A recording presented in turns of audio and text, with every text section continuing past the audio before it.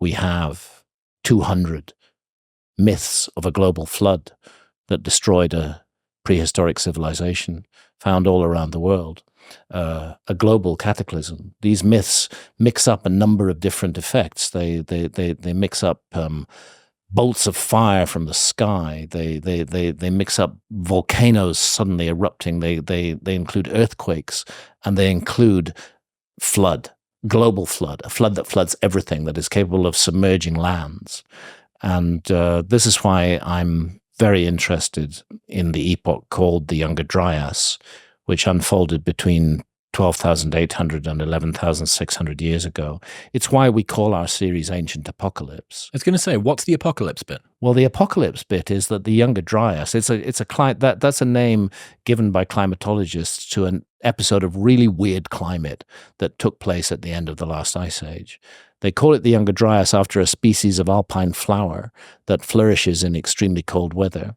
What happened, to cut a long story short, is that down to about 12,800 years ago, give or take a century, because you can't be that precise with these definitions, the Earth was definitely emerging from the Ice Age. It was getting warm, and things were looking good. It felt like that 100,000 years of frozen world was coming to an end, and then suddenly it flipped completely.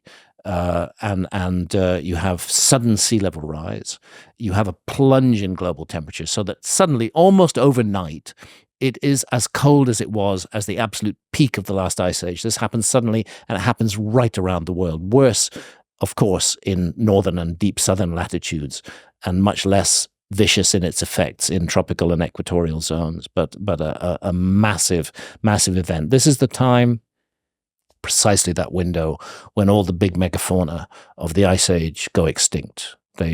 Saber-toothed tigers, mastodons, mammoths. When we were at White Sands, by the way, it was just amazing to see these mammoth footprints still in the sand there. Are they big? They're very big. These things have got a huge stride. Have you been following the work of Ben Lamb at Colossal? Have you seen this? No, I haven't. Okay, so they are bringing back woolly mammoths. I've seen that. Yes, yeah. I have. So Ben was on the show. I may be talking about actually being involved with the project a little bit.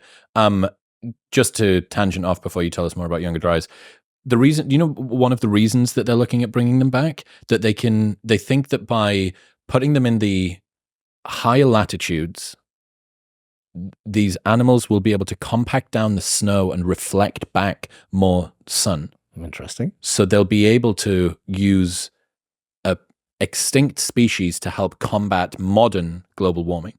That's a very fancy idea. It's amazing. I mean, they're farmers, they're farm animals in a way that they will eat seeds from here and poop them over there, which will help to spread things around. So the other two, I asked him, what else are you working on? So he's got this, the way they're doing it, it's the Asian elephant. So they've taken all of these frozen samples of genetic material. Mm-hmm. They're then using AI to splice in the gaps. Mm-hmm. So there will be, at some point, there will be an Asian elephant that gives birth to a woolly mammoth when they're ready, because it's the closest genetic relative that they can get. But the other one, and this is so cool, I really love this idea from Ben.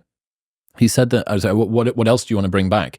Like, saber-toothed tiger, that's pretty cool. And he said, dodo bird. I'm like, I mean, it's a meme. Why would you bring back it's useless? The dodo, yeah. Precisely. Why would you do that? And he said, well, it was because the reason that it was dead was because of environmental destruction. Mm-hmm. So he's using all of the effort, being very public about the effort that they have to go to in order to bring this bird back, to say, see how much we had to do, see the labor that we had to jump through in order to be able to bring back this thing that we could have just avoided destroying its habitat in the first place. Yeah. So it's like a PR bird. So it may end up being actually way more useful than you ever thought, but kind of only as a public relations tool. But I thought that was really cool. It is very cool. Yeah, Colossal's awesome. People should go and check them out. It would be nice to see how it all ends up. It's a real thing. It's going to happen. It's happening. I mean, the Asian elephant thing, they're ready to pull the pin on it. I think it'll happen within the next few years. Fascinating. It's awesome. So Younger Dryas. Yeah. So the Younger Dryas, within almost the living memory of the human species, we know that there have been huge cataclysms on the Earth before. The best known example is the Chicxulub crater in deeply buried off the Gulf of Mexico, the so-called KT dinosaur killer. Dinosaurs extinct 65 or 66 million years ago. There've been a number of events like that caused by cosmic impacts by objects from I'm sure that you've looked at this as well, but I really loved learning about the fact that asteroid, had it have hit in a slightly different area of the Earth, it wasn't to do with even the impact, it was to do with the toxic dust that was kicked up from some particular type of rock that's very deep down underneath that. And you're talking about seconds later. Yeah. That the entire future of the Earth, maybe 10 seconds later. Because these things are traveling at tens of thousands of miles an hour. We're spinning pretty quick as well. Yeah. And it would have been it was about as bad of a place for the dinosaurs, pretty good for us, that it could have hit. And I always think about that when you think about contingency and convergence and thin chance. Interesting. Maybe the dinosaurs annoyed the universe.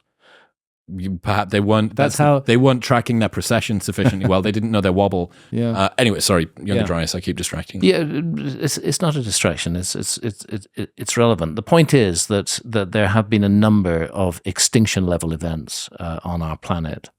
And what is not being properly taken into account is that although it was very recent in geological terms, just 12,800 years ago, the Younger Dryas was also an extinction level event. And it led to the extinction, as I said, of all the great megafauna of the Ice Age. And it ushered in the Holocene, the modern age that we live in today. The team who are working on what is called the Younger Dryas impact hypothesis deserve to be taken seriously.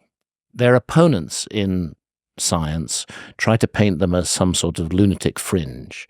But actually, we're dealing with a number, more than 60, highly credentialed scientists who are just following the evidence where it leads them. And what the evidence leads them to, and I've given all the data on this in my books, particularly in Magicians of the Gods that was published in 2015, what the evidence leads to is the conclusion that the Earth, 12,800 years ago, passed through the debris stream of a disintegrating comet. All comets disintegrate sooner or later. And for those who would wish to see an example of this, it's Jupiter. It's the Shoemaker-Levy 9 hitting Jupiter and breaking up into 21 fragments before it did so. Comets break up into multiple fragments. Every single meteor shower that we see, and we pass through dozens of them every year, every single one of those is the debris stream of a disintegrated comet. That's what they all are. Every single shooting star is a bit of a comet that we're looking at. A golf ball, sometimes bigger. Yeah, sometimes those bits are really large. Sometimes they can be kilometers in diameter. And what is called the Taurid meteor stream, because it appears to emanate in our time from the constellation of Taurus. Of course, it's not coming from the constellation of Taurus. It's a visual effect, that bit of the sky that the constellation of Taurus is in. The Taurid meteor stream is full of large and dangerous objects.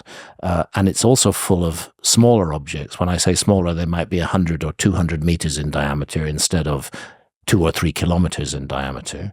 The view of the Comet Research Group, who are behind the Younger Dryas impact hypothesis, is that 12,800 years ago, the Earth entered a swarm of cometary debris. That swarm did include some large objects.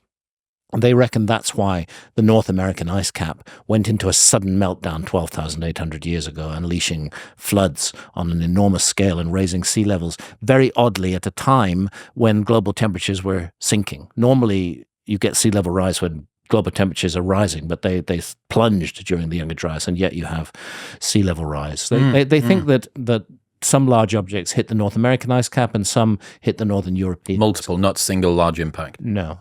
But they do think that there were some large objects that hit the ice caps. But they think primarily what it was airbursts of objects that were about 100 to 200 meters in diameter. Airbursts like the Tunguska event in 1908, June the 30th, 1908.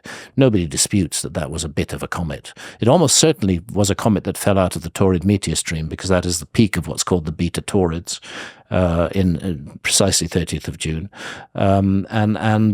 It didn't leave any crater because it blew up in the sky. The Earth's atmosphere destroyed it in the sky, but that airburst flattened. The rough calculation is 2,000 square miles of Siberian forest. And when investigators went into the area a few years later, they just found the whole forest flattened over an enormous area by this airburst. It was a cataclysmic airburst. Now, if you take that, fortunately, it was an uninhabited area of Siberia. But if you take that over population areas and you multiply it by 100, it's not just one airburst, it's 100 airbursts. And as you say, the Earth is spinning pretty fast. It's rotating at 1,000 miles an hour at the equator. So you can see how the trajectory of these bits coming in would actually spatter the Earth across a huge range of the Earth's circumference. And the evidence for the Younger Dryas impact is that these airbursts were taking place from as far west as the west coast of North America and as far east as Syria, as far south as Antarctica and southern Chile, as far north as Belgium. So this was a very large event, and the fact that no massive craters have been found yet is partly explained by the sense that the larger objects hit the North American ice cap, and partly explained by the fact that airbursts don't leave craters, but they do decimate communities, like Abu Huraira in Syria, which is within 150 miles of the extraordinary site of Göbekli Tepe, and which was wiped out 12,800 years ago. Abu Huraira was completely flattened by something. You mean by flattened? I mean that everybody there was killed and that the whole place was destroyed. It was rapidly reoccupied. Within 2 or 3 years, it was reoccupied and repopulated, but something really bad happened there. And the traces on the ground, the iridium, the nanodiamonds, the shocked quartz, the melt glass like trinitite, all of these things speak to precisely what the Comet Research Group thinks happened, that this was an airburst of an object of roughly Tunguska size that happened to happen over an ancient settlement.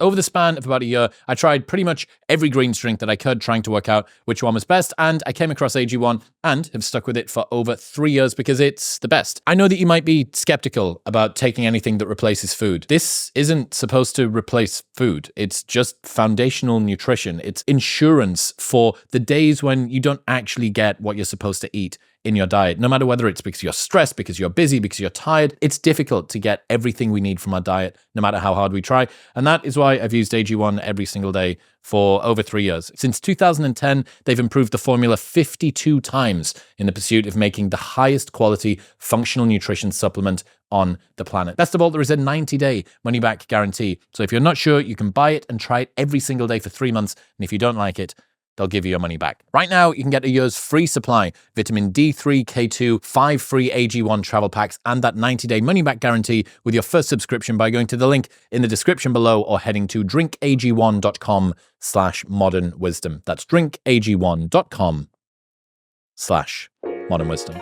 Thank you very much for tuning in. If you enjoyed that clip, the full-length episode with Graham is available to watch right here.